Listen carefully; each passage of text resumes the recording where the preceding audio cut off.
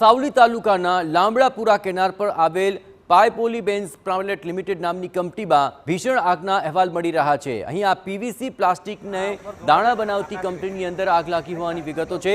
કંપનીની બહાર કચરામાં લાગેલી આગ આ કંપનીમાં પણ પ્રસરી ગઈ।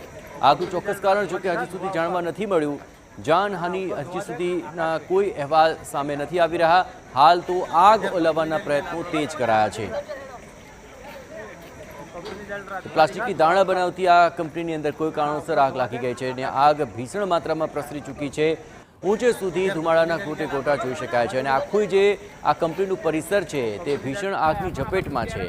દાણા બનાવતી કંપનીમાં આ આગ લાગી અને કયા કારણોસર જો કે આગ લાગી છે તેને લઈને હવે તપાસ થશે, પરંતુ હાલ તો આગ પર કાબૂ મેળવી લેવાય તે માટેના પ્રયત્નો હાથ ધરાયા છે।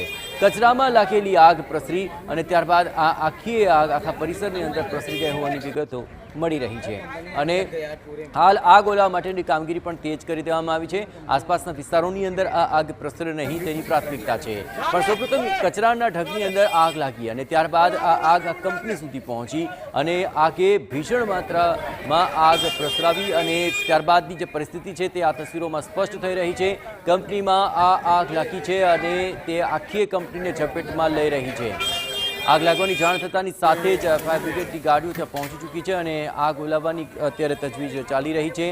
આગ કંપનીમાં અન્યત્ર પ્રસરે નહીં અને આસપાસના વિસ્તારોમાં ન પ્રસરે તે માટેની તજવીજ હાથ ધરાય છે।